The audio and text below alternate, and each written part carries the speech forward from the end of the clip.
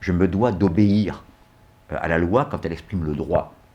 Mais j'ai le devoir de me rebeller contre elle quand elle n'exprime que la force. Voilà ce qu'il est en train de dire. La force a fait les premiers esclaves, leur lâcheté les a perpétués.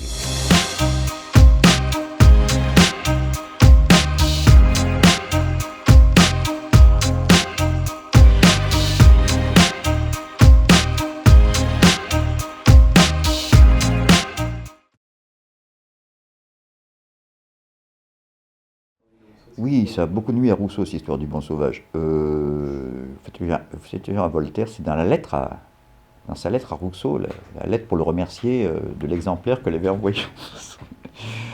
J'ai bien reçu, monsieur, votre nouveau livre contre le genre humain. Première perfidie, il fait comme si Rousseau écrivait contre le genre humain.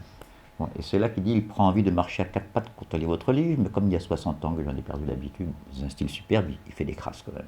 Bref, donc, oui, je crois que Rousseau lui-même s'en est expliqué à plusieurs reprises, et alors il est très clair sur le fait que le bon sauvage, dont il parle lui, d'abord il prend rarement l'expression, l'homme naturel, il dit, est un mythe qu'il forge, il le dit lui-même, c'est une hypothèse de travail pour essayer de comprendre quelque chose d'intermédiaire entre l'état de nature, le vrai animal, alors cette fois dont on a vu tout à l'heure que pour lui, tant qu'on reste à l'état de nature, c'est un animal stupide et borné dont on parle, et qui ne devient un être intelligent et un homme, je cite Rousseau, qu'en entrant dans l'état civil. Hein.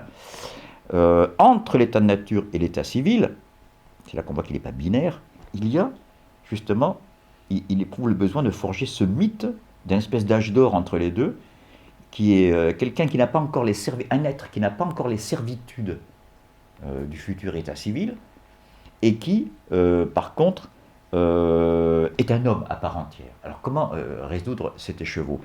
Eh bien, il faut toujours expliquer Rousseau par Rousseau. Quand il y a une contradiction, c'est que le problème est très complexe et qu'il y a un texte de Rousseau qui se place à un niveau supérieur et qui lève la contradiction qui était nécessaire à un niveau et qui est levée, comme on dit en dialectique, à un autre niveau. Je fais allusion ici à la correspondance qu'il a échangée avec Malesherbes. Malesherbes, donc, je rappelle très rapidement, un aristocrate bel esprit et fort éclairé, je dis ça non seulement sans aucune ironie, mais j'ai de l'affection pour lui parce qu'il aimait beaucoup Rousseau, il était très lié aux adversaires de Rousseau, bien sûr, et il rêvait de faire la médiation entre Rousseau et la côte d'Albachique, pour parler comme Rousseau, et ses ennemis, Grimm, etc., et Voltaire et compagnie. J'en profite au passage pour rappeler qu'on fait de Rousseau quelquefois un paranoïaque, et c'est vrai qu'il a un vrai délire de la persécution, en particulier dans ses derniers ouvrages. Mais je rappelle au passage qu'en termes purement pathologiques, on désigne par paranoïa la crainte d'un péril imaginaire. Rousseau, à partir de 1765, change à 50 fois de domicile, traqué par 3 polices des 3 plus grandes puissances d'Europe. Voltaire demande sa tête sur un billot, sa maison est lapidée à moitié, ameutée par les protestants de Genève, et j'en passe. Alors je veux dire, et à part ça, il aurait le bizarre pensée de persécution. Bon, voilà, je rappelle ça au passage. Donc, pour aller droit à la réponse à votre question, Malesherbes lui avait envoyé une lettre en disant, mais expliquez-vous, enfin, il faut vous expliquer, parce que vous valez mieux que ce qu'on dit de vous. Mais vos histoires de l'âne, qu'est-ce que c'est là, vos promenades dans la nature, la forêt, quel plaisir vous y trouvez? On est quand même mieux dans un bon salon, là, avec une moquette, je sais pas moi, des jolies femmes, des bonnes nourritures. Il disait ce que disait tout le monde à l'époque. Il ne faut pas oublier que Madame de Sévigné, le siècle juste d'avant, quand il passe devant les Alpes, elle tire les rideaux, tellement que c'est l'horreur, la montagne, à l'époque. La peur. Donc, et Rousseau lui répond en répondant à votre question, c'est pour ça que je me permets de citer ce texte. Parce qu'il commence par donner raison à l'imagerie que vous dénoncez à juste titre, celle où Rousseau voudrait nous faire revenir, comme Voltaire essaie de le faire croire, à marcher à quatre pattes. Il décrit une de ses journées à l'Ermitage, à Montmorency, pas très loin, dans le nord de Paris, là, mais c'est la campagne et même la forêt à l'époque. Et donc je passe rapidement, il y a un début où il dit je me débrouillais pour que ni lettres ni visites ne vinssent troubler ma matinée, pas de paperasserie, mais des fleurs et du foin dans ma chambre, enfin bref, il arborisait, hein, c'était sa passion. Tous les grands philosophes de l'époque ont un dada scientifique, typique de l'époque. Montesquieu avait des petits ateliers de chimie, Voltaire de physique, Rousseau c'est la botanique. Bon. Puis après j'allais faire une promenade avec le fidèle Acate, c'est le chien, c'était le nom du chien d'Énée dans l'Énéide de Virgile. Et là, il y a un vocabulaire effectivement qu'un psychiatre pourrait attribuer au champ sémantique de la parano. j'allais pressant le pas dans la crainte que quelqu'un ne vînt s'emparer de moi avant que j'eusse pu m'esquiver, vous voyez. Mais une fois que j'avais pu doubler un certain coin, ajoute-t-il, avec quel pétillement de joie, je me disais, me voici maître de moi pour le reste de ce jour. J'allais alors d'un pas plus tranquille, cherchant quelques lieux sauvages et déserts, où rien ne montrant la main de l'homme, et vous voyez, c'est là que j'arrête ma phrase, rien ne montrant la main de l'homme, donc si j'arrête la phrase là, on pense que c'est un misanthrope qui parle, qui fuit toute présence humaine pour aller au cœur de la nature, et là où il n'y a personne, ce qu'on entend à peu près tout le temps dans les interviews d'aujourd'hui. Et je continue la phrase, où rien ne montrant la main de l'homme n'annonça, accent circonflexe, la servitude et la domination. Bien avant que Marx ait compris tout d'un coup que la lutte de classe est la clé de lecture de l'histoire de lecture, c'est pas du tout, il n'est pas pour les luttes de classe, mais c'est la clé pour comprendre ce qui se cache derrière les luttes des protestants, des catholiques, des armagnacs et des bourguignons, des spartiates et des athéniens. Donc, lorsqu'il voit ça, il emprunte, il se place dans un itinéraire qu'Hegel venait d'illustrer avec la fameuse dialectique du maître et de l'esclave, tiens, et qui est initié par ce Rousseau, qui fuit non pas, et maintenant j'arrive à répondre à votre question, l'humanité en général, ni même la société, mais cette société-là, où règne, je répète, la servitude et la domination. Et comme pour Rousseau, ce ne sont pas des lois, je vais dire, qui nous ont été imposées comme ça par nature, que c'est nous qui avons fait tout ce que les hommes ont fait, les hommes peuvent le détruire, il n'y a de caractère ineffaçable que ce qu'imprime la nature, et la nature ne fait ni riche, ni prince, ni grand seigneur, donc c'est pas la nature qui fait les maîtres et les serviteurs, c'est seulement le rapport de force, vous voyez, comme je reprends mon propos, et c'est pourquoi tous les pires réactionnaires, et jusqu'à l'extrême droite, ont toujours besoin d'une validation par la nature. Par exemple, les Arabes, les Noirs, je dis n'importe quoi, sont inférieurs, ça a été prouvé par la génétique à l'époque nazie, il y avait plein de travaux comme ça pour montrer que c'était fondé dans l'ordre des choses, quoi, indépendamment de l'homme, ce que l'homme a fait. C'est significatif, c'est donc très libérateur ce que Rousseau initie là. Ça veut dire que non seulement il ne veut pas retourner marcher à quatre pattes, hein, mais il veut simplement restaurer la liberté qui est à l'origine de toutes ces divisions, de telle sorte que cette liberté ne profite pas seulement à quelques-uns, et ne soit pas la liberté qu'on nous défend aujourd'hui, ou plutôt qu'on a défendue dans tout l'Occident pendant la guerre froide et qu'on continue, la liberté du renard dans le poulailler, ou du loup dans la bergerie, comme vous voulez, je vous laisse le choix de la métaphore, c'est pas tout à fait la forme de liberté qu'on rêve Rousseau, c'est ça, là. Au contraire, l'esclavage, c'est quand il n'y a que la force.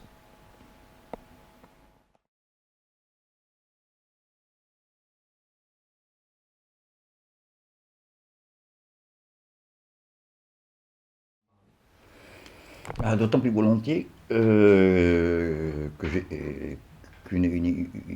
édition intéressante a été faite l'année dernière précisément de cet ouvrage assez à part dans l'œuvre de Rousseau, où pour la première fois ce texte par une maison d'édition corse qui s'appelle Materia Scripta, et pour la première fois ce texte de Rousseau a été édité en bilingue français et corse. En association avec Deliga. Tout à fait, exactement, qui est distribué par Deliga sur le continent. Alors, c'est une question qui m'intéresse beaucoup dans la mesure où le contrat social, c'est pas une constitution, hein, c'est la position fondamentale d'une problématique qu'on ne peut pas contourner depuis que la liberté est apparue comme une revendication irréversible des peuples, quoi. Par contre, on n'a jamais vu Rousseau mettre ça en pratique ou mettre ça en œuvre. Or, il a eu deux sollicitations. C'est le projet de constitution pour la Pologne et le projet de constitution pour la Corse. Parce que dans les deux cas, on a fait appel à Rousseau, c'est-à-dire qu'on a fait appel à lui pour ce qu'on appelle aujourd'hui un travail de consulting, tout simplement, comme expert. Il y avait un tel rayonnement du contrat social qui venait de paraître, même avec l'interdiction de la censure dont il était obligé, ça a eu un succès évidemment.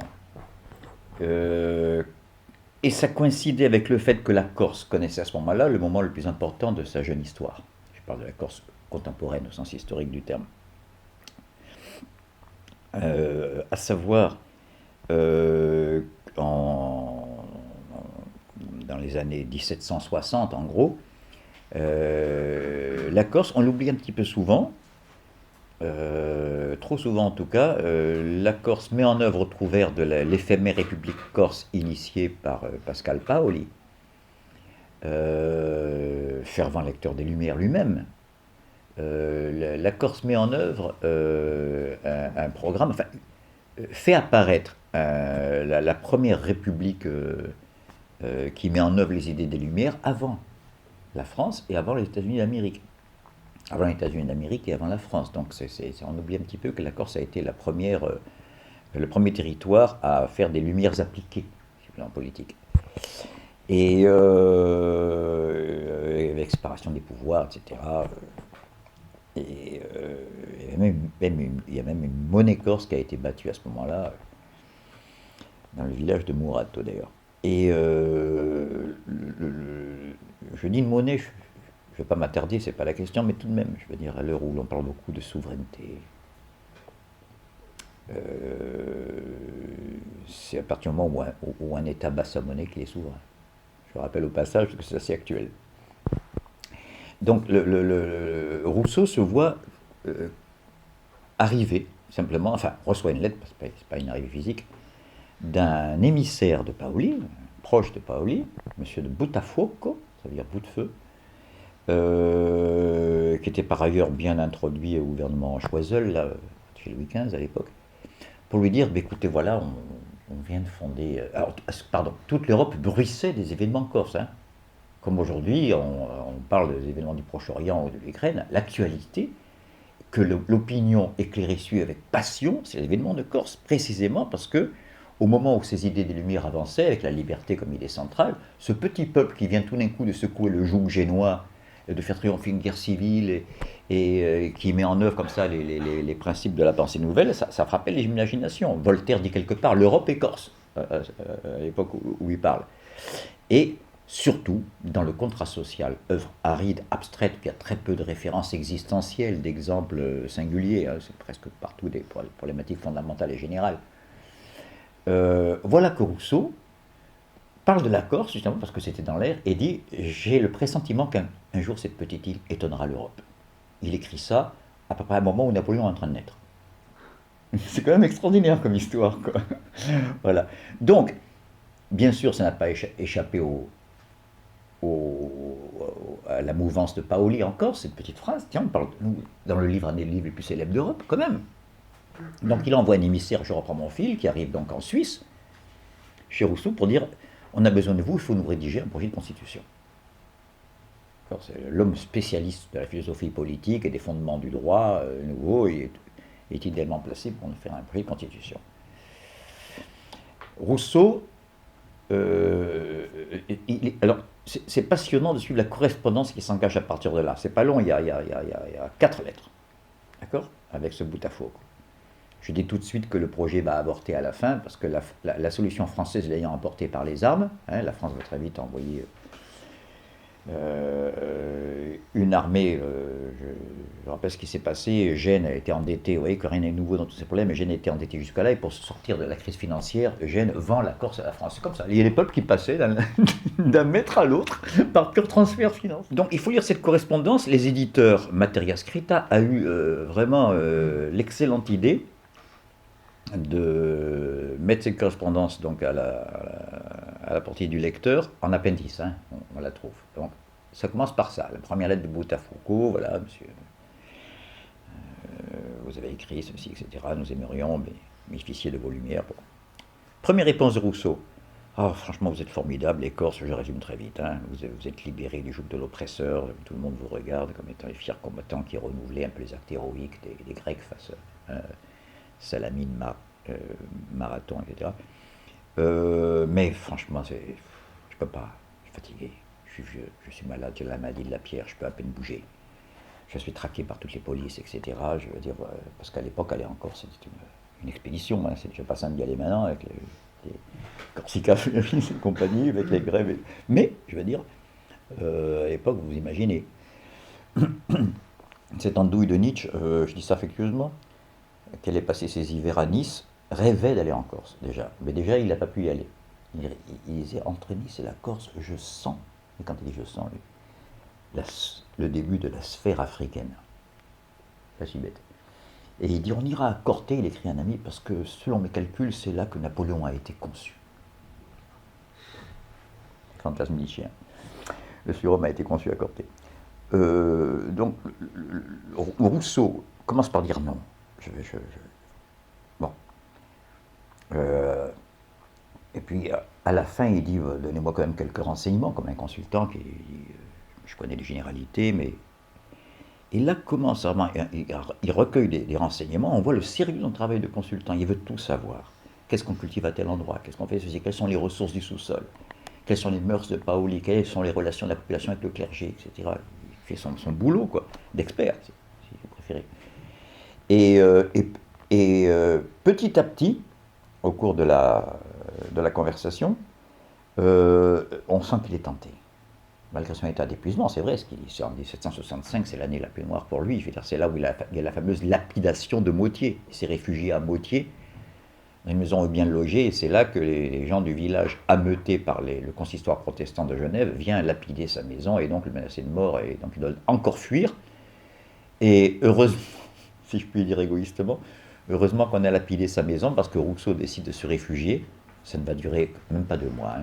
Il va se réfugier dans l'île Saint-Pierre, dans le lac de Bienne, la Plaine de Châtel. Et c'est ça qui va inspirer les rêveries qui sont le début de la littérature moderne, comme j'ai fait allusion tout à l'heure. Donc, et c'est là où Rousseau dit qu'il a atteint un état de bonheur sans précédent, si je puis dire. Et quand il va précipitamment, laissant ses bagages ailleurs, parce qu'il est menacé de prise de corps dans l'île Saint-Pierre, se réfugier, c'est une petite île dans le lac de Bienne, il n'amène que 2 ouvrages. Les confessions qui viennent commencer, il a pas envie d'abandonner le manuscrit, et le projet de constitution pour la Corse. Ça lui tient à cœur quand même cette histoire. Et progressivement il est tenté, et voilà que c'est pathétique, c'est pas du tout connu cet aspect-là, pour ça je suis très heureux de votre question.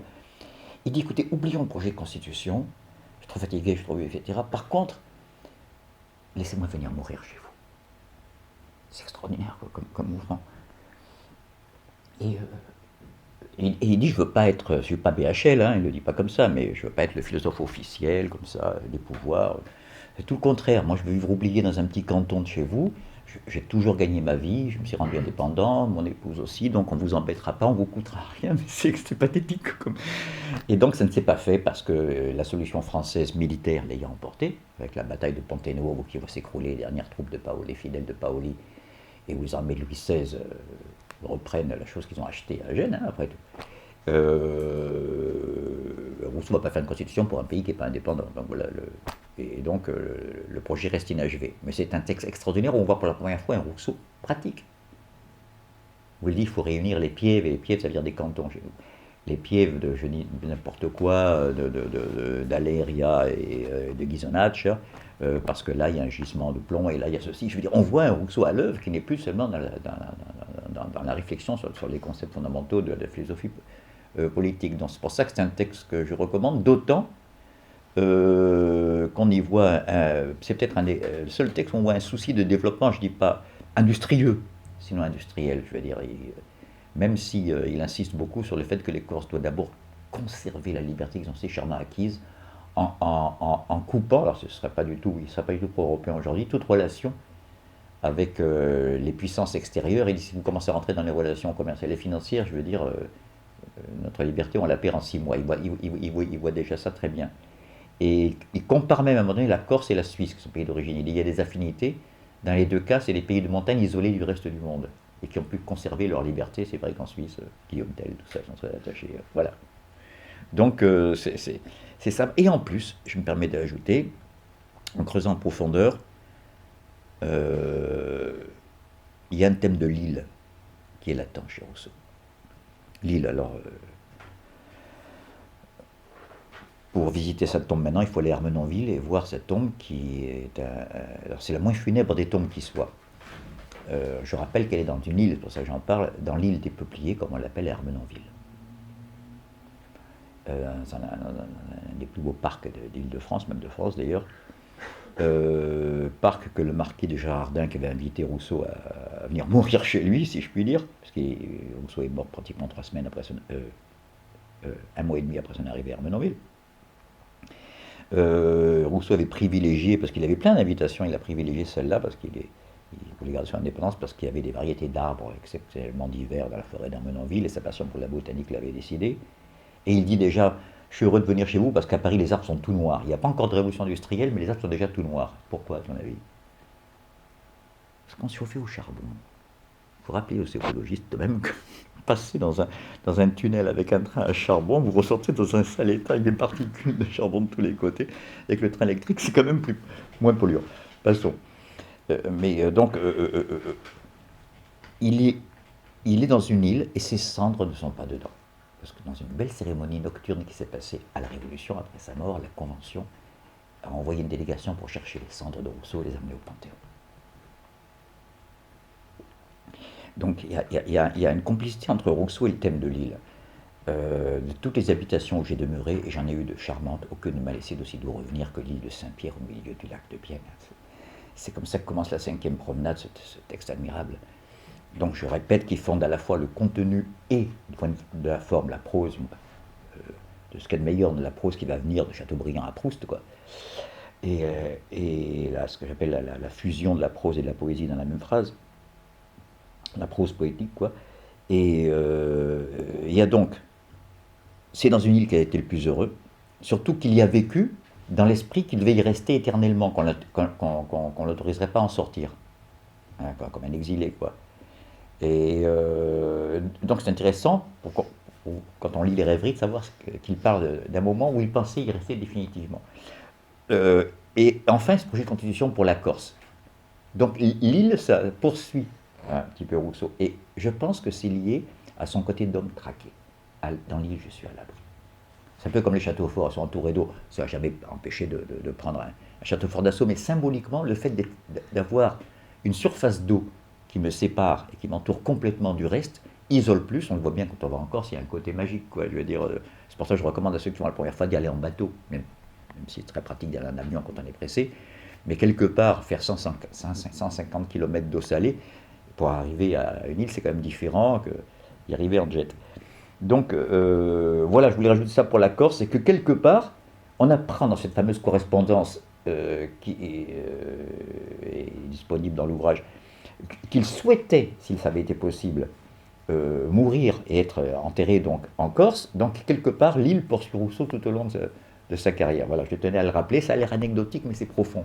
Parce que l'île résout le problème chez Rousseau, et là je deviens sérieux, la problématique devient un peu sérieuse, de trois mots qu'on confond souvent, la révolte, la réforme, la révolution. Merleau-Ponty, que je cite rarement, que j'aime beaucoup, mais je cite rarement, à tort d'ailleurs, dit cette très belle phrase dans l'éloge de la philosophie: si le philosophe était un révolté, il choquerait moins. C'est écrit avant 68 pourtant. Il a démasqué Cohn-Bendit en 3 coups de cuillère à peau. Là. Si le philosophe était un révolté, il choquerait moins. Car enfin, je poursuis, enfin c'est lui qui poursuit, chacun sait à part soi que le monde ne va pas comme il faut, quitte à l'oublier quand on revient aux affaires. Avec Socrate, c'est autre chose, parce qu'il est en train de parler de Socrate, il fait éloge de la philosophie, et il montre que quand c'est pas un révolté, c'est un révolutionnaire radical, c'est terrible, quelque part, c'est beaucoup plus dangereux. Donc, alors, il y a la révolte, elle est nécessaire, hein, je suis pas en train de parler contre, mais elle est loin d'être suffisante. Il y en avait eu des révoltes en Révolution française, les jacqueries, les paysans, c'est terrible, c'était maté dans le sang, point. Une révolte, avec son côté spontané, ça n'inquiète pas trop les pouvoirs. Pour aller de la révolte à la révolution, il faut que la révolte, avec la colère légitime qu'elle incarne, fasse le détour par la théorie. Et je suis heureux que vous ayez cité Lénine là, tout à l'heure, qui dit exactement, sans théorie révolutionnaire, pas de pratique révolutionnaire. Les torts théoriques, il ne faut pas le snober comme étant des prises de tête, comme on dirait aujourd'hui, d'intello dans leur bulle. Ah non, non, non. Hein, loin de là. Si l'homme a pu sortir du néant et commencer à affirmer, je ne sais pas combien de millions d'années, une timide maîtrise sur la nature au début, c'est parce qu'il a fait un détour théorique. Et qui va s'accélérer avec l'apparition de la science, etc. Je veux dire, au fur et à mesure qu'on connaît les lois qui gouvernent la nature, et ben voilà, on peut plus la maîtriser. Je rappelle Descartes. Je me plaisais surtout aux mathématiques à cause de la certitude et de l'évidence de leur raison, mais je ne remarquais pas encore leur vrai usage, et pensant qu'elles ne devaient servir qu'aux arts mécaniques et faciliter le travail des hommes. Je m'étonnais de etc. Et voilà, et c'est très important de faire comprendre qu'il n'y a pas opposition à la théorie de la pratique. Une pratique est d'autant plus performante qu'elle a un puissant détour théorique à son service. On discutait de la médecine tout à l'heure, la médecine en est le meilleur exemple, quoi. La médecine n'est pas une science, c'est un art. Il ne s'agit pas de connaître, il s'agit d'agir, de faire en sorte que quelqu'un qui a mal aille mieux. C'est ça la médecine, n'oublions pas au départ. C'est pas le connaître qui est son but premier. Par contre, la médecine est efficace, n'est devenue efficace et a quitté la magie, tout ce que vous voulez, et qui a aggravé souvent la chose, que depuis qu'elle fait un détour par une science qui s'appelle la biologie. Voilà. Je veux dire, la biologie elle-même, on peut être excellent biologiste et être un monstre moralement et politiquement, hein, il y en a eu. Et même en physique, je pense à Heisenberg, il avait des sympathies pour le régime nazi, qui est un immense physicien. Mais la médecine est efficace que depuis qu'elle connaît les lois qui régissent notre organisme, tout simplement. Et donc qu'on ne peut transformer la chose que si on connaît les lois auxquelles elles sont soumises. C'est un rappel important. Donc, ce qui fait qu'un révolté devient un révolutionnaire, je dis ça parce que la révolution c'est devenu un mot obscène, hein, ça aussi, hein, depuis. Il paraît que tous nos malheurs viennent des révolutions. C'est ce qu'on répétait tout le temps. C'est la faute à Voltaire, c'est la faute à Rousseau, on y revient, quoi. C'est ce que répétaient les vieux réactionnaires depuis longtemps, ceux qui, à propos des émigrés, hein, ceux qui avaient fui la France au moment de la Révolution et qui sont revenus, et dont, je ne sais plus qui avait dit cette phrase admirable, ceux qui n'ont rien appris ni rien oublié. C'est terrible, ces gens-là, quoi. Ils n'ont rien appris, ça veut dire qu'ils en sont encore à l'ancien régime avec leurs préjugés, mais ils n'ont pas oublié qu'ils ont eu peur. Ils sont méchants, ils sont devenus méchants en plus. Voilà. Donc, ce projet de constitution pour la Corse va plus loin que l'enjeu corse, hein, qui est très important à ce moment-là et qu'il est en soi. Mais là, ça beaucoup plus loin. Avec cette vision de l'île, on comprend enfin le statut de la nature chez Rousseau. Le terme le plus complexe, c'est nature chez Rousseau, parce qu'il n'est pas précis. Parce qu'à l'époque, nature a tantôt un sens polémique. Les droits naturels, par exemple, c'est contre l'autorité, contre l'arbitraire. D'accord, ça veut dire ça. La lumière naturelle dont parle Descartes, le fait que, pas besoin, le bon sens c'est la chose du monde la mieux partagée, hein, c'est la première phrase du discours, le fait que tout homme a assez d'intelligence pour savoir que si Pierre est le frère de Paul, Paul est le frère de Pierre, voilà, c'est ce bon sens-là, avec sa réversibilité, la symétrie mathématique, tout ça. Je veux dire, la nature, merci. La notion la plus complexe chez Rousseau, apparemment la plus courante, la plus familière pour nous. Hein, c'est plus facile, vous dites à un gamin nature, il croit savoir de quoi il s'agit, alors que si je parle de la pagogique et l'ostensive chez Kant, c'est du chinois, c'est beaucoup plus facile, il suffit de connaître la définition, c'est ce que c'est que la pagogique.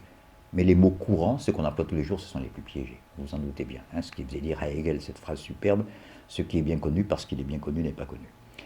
Et ici en particulier, avec ce concept de nature, encore une fois, je ne retiens que deux sens, il y en a plusieurs en polysémie, mais il y a ce sens objet de la physique, c'est le seul sens objectif de la nature, voilà. Physis veut dire nature en grec, c'est la science de la nature. C'est pas la science de l'histoire de l'homme, de machin, ni de la surnature, c'est pas la théologie, c'est la science de la nature. Voilà. Et la nature n'est connaissable scientifiquement que depuis que la physique et ses différentes dépendances sont apparues. Très bien. Mais, c'est le premier sens. Et puis il y a le sens polémique. Quand on dit il est naturel que j'ai au cinéma un samedi soir, il n'y a rien de naturel, tout est artificiel là, dans le cinéma et tout, mais ça veut dire j'ai le droit, mince, je ne vois pas ce que ça veut dire libre par rapport à l'arbitraire. Donc au XVIIIe siècle, il y a ce sens polémique. Alors à force de jouer sur tous ces sens-là, ça fait des confusions et des contradictions auxquelles on a fait un petit peu allusion tout à l'heure, et que j'ai essayé de lever en partie avec des textes auxquels je vous renvoie, parce qu'ils sont très clairs. Mais je reviens à Lille. Lille arrive à rassembler et à préciser ce que Rousseau appelle par concept. Et c'est là qu'on voit qu'il faut encore revenir au nombre 3. Je ne suis pas pythagoricien et je ne suis pas non plus dans la mystique de la numérologie, mais tout de même, c'est pour faire des rappels. À savoir, il y a la mauvaise société pour Rousseau, celle qui déchire le contrat, si je puis dire, hein, ou qui n'en tient pas compte, qui est sans compte, où règne la servitude et la domination. Je reprends ces termes. Et puis il y a la bonne société, celle qui est régie par le contrat. Ça fait deux termes. Il en manque un. On ne passe pas de l'un à l'autre comme ça. On imagine mal le grand capital dire écoutez les mecs, on est en crise, on a perdu la main, on vous donne les clés, et bon courage. C'est pas comme ça que ça se fait. Hein. Non, mais je le rappelle, parce qu'on parle de révolution, on aimerait bien que ça se passe comme ça, mais il faut l'arracher des fois le pouvoir. Puis la résistance, pareil. On y met mal les Allemands. Bref. Donc, comme on ne passe pas immédiatement de la mauvaise société à la bonne société, il y a un détour par la nature, alors là au sens courant cette fois, par le paysage, par là où je suis seul, alors là je le défends, le solitaire Rousseau, les rêveries du promeneur solitaire. Il faut être seul pour retrouver le sens de la société. C'est une dialectique extraordinaire. Et c'est pourquoi, je n'ai pas le texte de la rêverie là sous les yeux, mais je crois que je connais bien ce passage. Après cette rêverie au bord du lac, où il arrive à une étape, on dirait zen, dans la tradition mystique, que je respecte, hein, quand il met au défi en quoi consistait cette jouissance, en quoi consistait ce bonheur, je le donnerais à deviner à tous les hommes de ce siècle sur la vie que j'y menais. Alors que c'est le siècle des Lumières, l'encyclopédie, les machines, les planches d'outils, qu'est-ce qu'il dit? Il parle du précieux farniente à laquelle il s'est livré sans retenue. C'est extraordinaire, l'éloge du farniente chez Rousseau, qui fait l'éloge du travail manuel dans les milles. Hein, mais là quoi? Il dit, je suis condamné, je ne peux plus rien pour mes semblables, je ne peux plus rien pour moi, d'accord? Et donc il découvre la relation à l'existence dépouillée de toute autre affection, comme il dit. Hein, de quoi jouit-on dans pareille situation? De rien d'extérieur à soi-même. La phrase exacte, de rien sinon de sa propre existence. Tant que cet état dure, on se suffit à soi-même comme Dieu. Il va jusqu'à dire, une phrase extraordinaire, tant que cet état dure, l'expérience avec Dieu, son instant éphémère. Alors on se dit, on a tout faux, là, le marxisme, la révolution, la politique, on ne devrait faire comme Rousseau, nous retirer loin de tout ça, de ces horreurs. Et là, un passage extraordinaire, Rousseau dit, peu d'hommes ont connu ce genre d'état, car il faut beaucoup de circonstances. Je lui dis au passage qu'il faut les circonstances sonores. Rousseau était musicien. Hein. Il ferme les yeux, il est dans cet état. Mais il faut le cri des aigles, l'eau du torrent, etc. Je passe là-dessus. C'est un autre débat. Passionnant. Mais il ajoute, mais un infortuné, voilà, qu'on a retranché du commerce des hommes, peut trouver dans cette rêverie des compensations que ni les hommes ni la nature ne sauraient lui ôter. Donc là, il dit que c'est un refuge en dernière instance. Lorsque ça devient intenable, l'injustice, l'inégalité, la force, la violence, enfin le non-droit, d'accord, l'île, mais comme une métonymie, hein, en général, comme on dit, être dans sa bulle, hein, quand je dis une île, être isolé. Isola, en italien, c'est une île, isola bella. Quand il est dans cette île, il se sent à l'abri. Et c'est très important parce qu'il y en a qui oublient ça et qui croient que son bonheur, enfin qui ont été au mystique pour expliquer l'état de bonheur surnaturel dans lequel il se trouve à l'église Saint-Pierre en rêvassant au bord du lac, alors que Rousseau dit très précisément que il savait bien que les méchants n'avaient pas de prise sur lui. J'en profite pour lire ce court passage qui fait suite donc à la description de ce qu'il faisait dans l'île, et il vient d'écrire ce qu'on appellerait le temps fort, pardon pour cette trivialité, le temps fort de son extase au bord du lac. Et il dit, mais la plupart des hommes, agités de passion continuelle, connaissent peu cet état, et ne l'ayant goûté qu'imparfaitement, durant peu d'instants, n'en conservent qu'une idée obscure et confuse qui ne leur en fait pas sentir le charme. Il ne serait pas même bon, dans la présente constitution des choses, qu'avides de ces douces extases, ils s'y dégoûtassent de la vie active, dont leurs besoins toujours renaissants leur prescrivent le devoir. Mais un infortuné qu'on a retranché de la société humaine et qui ne peut plus rien faire ici-bas d'utile et de bon pour autrui ni pour soi, peut, on n'est plus dans doigt, peut trouver dans cet état, à toutes les félicités humaines, des dédommagements que la fortune et les hommes ne lui sauraient ôter. Je me permets d'insister et de souligner 12 fois le Q apostrophe. Mais un infortuné qu'on a retranché et non pas qui s'est retranché par amour de la solitude, comme bientôt la génération romantique et Lamartine. J'en profite pour dire au passage que je suis un peu agacé quand on fait de Rousseau un précurseur du romantisme. Un précurseur, c'est quoi? C'est quelqu'un qui fait un peu avant ce que les autres vont faire plus après. Grosso modo, c'est ça un précurseur. Or, Rousseau anticipe bien au-delà du romantisme, même sur le symbolisme et l'impressionnisme qui va suivre. C'est ainsi que si on lit la 5e promenade, on est frappé qu'il y a moins de sentiments que d'impressions, des sensations, d'air qui passe, de bruit du torrent. C'est pas les sentiments, ça c'est les sens qui sont en éveil. Voilà, je tenais à rappeler ça. Donc voilà, l'île de Corse et le projet Constitution pour la Corse n'est qu'un moment, une étape dans ce parcours insulaire, je pourrais dire, chez Rousseau. Il y a toujours un côté insulaire chez Rousseau. Et quelque part, en faisant le projet pour la Corse, donc là, j'achève de répondre à la question, pourquoi c'est plus important encore pour la Corse?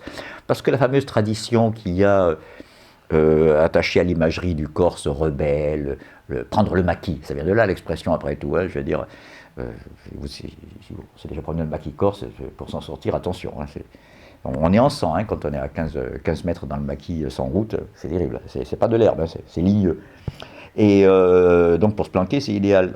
Donc le côté bandit, ces Corses qui ne veulent rien devoir à personne, qui sont pays de non-droit, comme on dit, typiquement parlant, Rousseau finit par le justifier, lui qui déteste, sans dire comme Goethe cette phrase terrible, cette phrase d'allemand, je préfère une injustice à un désordre.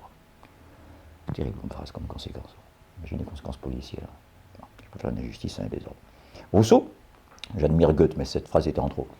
Fait l'éloge quelque part, et il dit les Corses n'avaient pas d'autre choix. Ils étaient aussi industrieux et aussi, etc. Mais il faut motiver quelqu'un pour qu'il travaille. Il y a un passage extraordinaire où il fait, avant la lettre, il fait la sociologie de la soi-disant paresse corse pour y arriver, quoi.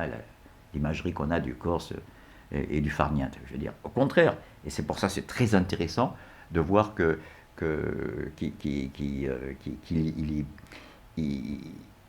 à cette soi-disant paresse qu'on retrouve aussi dans les préjugés racistes. Moi j'ai entendu, comme j'ai vécu pas mal en Afrique subsaharienne, de toute façon les Noirs, ils ne bossent pas, il ne faut jamais avoir été ça. Soit avoir un docker sur le port d'Abidjan ou de Lagos, ou surtout la femme africaine dont on ne parle pas, qui fait tous les matins dans le Sahel 10 km à pied pour aller chercher de l'eau, parce qu'il n'y en a pas dans un pays non industrialisé à domicile. Deuxièmement, qui fait après encore 10 km pour chercher du bois dans un pays où il n'y a pas d'arbres, pour chauffer l'eau. Et qui après commence sa journée à piler avec un enfant dans le dos et pratiquement à piler, un pilon qui me donne moi des ampoules au bout de 5 minutes, et elle va faire ça toute la journée et toute sa vie. Voilà, je rappelle au passage même que la force productive, qui est le pilier de la société africaine, c'est quand même la femme. Enfin, pas oublier. Donc voilà, ces préjugés qui consistent à parler en termes d'être. Là, il faudrait parler de devenir, de parler en termes de substantialiste, essentialiste. Là, il faudrait parler de connexion, de relation. Hein, parce que Spinoza fait très bien. Et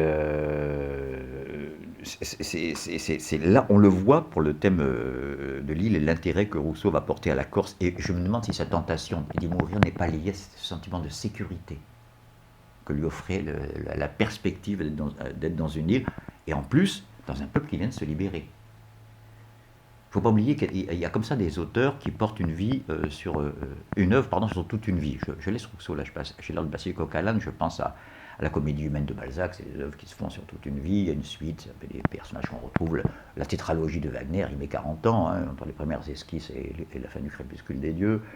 La recherche du temps perdu, voilà, c'est des grandes sagas, comme on pourra dire aujourd'hui, hein, sur plusieurs épisodes. Oui, un exemple les plus illustres de ça, c'est l'œuvre la plus connue de tout écolier allemand, et dont on connaît au moins le nom, c'est Faust. Hein. Goethe a mis toute sa vie à l'écrire, entre le premier Faust et la fin de sa vie, avec des choses qui ont évolué, des réflexions, etc. Et donc il y a tout un parcours. Et bien quelle est la dernière étape de Faust? Il a eu 40 ans pour le méditer, Goethe. Hein. C'est que, je rappelle le deal, hein, il est simple, le diable ce qu'il veut c'est toujours l'âme, c'est simple, de son côté il veut l'âme, et Faust dit, ben moi je te la donne si tu me fais éprouver un état où je suis tellement heureux que je dirais au temps, arrête-toi, à l'instant, pardon, c'est le contraire du temps, à l'instant, arrête, tu es si beau. Hein, bref, de se voir de l'éternité, un plat tellement bon que tu en mangerais tous les jours, matin et soir. C'est difficile déjà, quand on le pose concrètement comme ça, c'est là qu'on voit que le diable il a du boulot. Ouais. Et bien sûr, c'est la grandeur de l'homme telle que la voit Goethe, c'est que le diable n'arrive pas avec un animal aussi inquiet que l'homme, qui fait sa spécificité par rapport aux autres animaux, à lui trouver un truc qui fait qu'il est heureux définitivement. D'accord, et il va jusqu'à aller chercher Hélène de Troie, la faire ressusciter pour la lui donner comme femme, enfin, allez, c'est tout. Hein.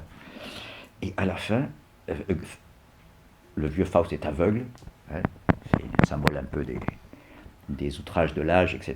Il est aveugle et il passe comme ça sur un bâton en Hollande et il entend dire qu'on est en train de construire un barrage. Il dit le diable est vaincu. Vivre libre sur une terre libre, c'est extraordinaire. Excusez-moi, ça me donne les larmes aux yeux, mais je me rappelle quand Sankara construisait des diguettes au Burkina Faso, là on se moquait de lui, c'était extraordinaire. Voilà, excusez-moi. faudra le couper ça quand même. Et vivre libre sur une terre libre, c'est la conclusion de 40 ans de réflexion du plus grand cerveau d'Allemagne à ce moment-là. Donc, je veux dire, chez Rousseau, il y avait de ça. Il ne se serait pas senti en sécurité, fût dans une île dans le Pacifique, à la limite, même tout seul, s'il n'y avait pas, en même temps, qu'il est au milieu d'un peuple qui s'était libéré. Donc, c'est pas un texte marginal dans les livre de Rousseau. Voilà.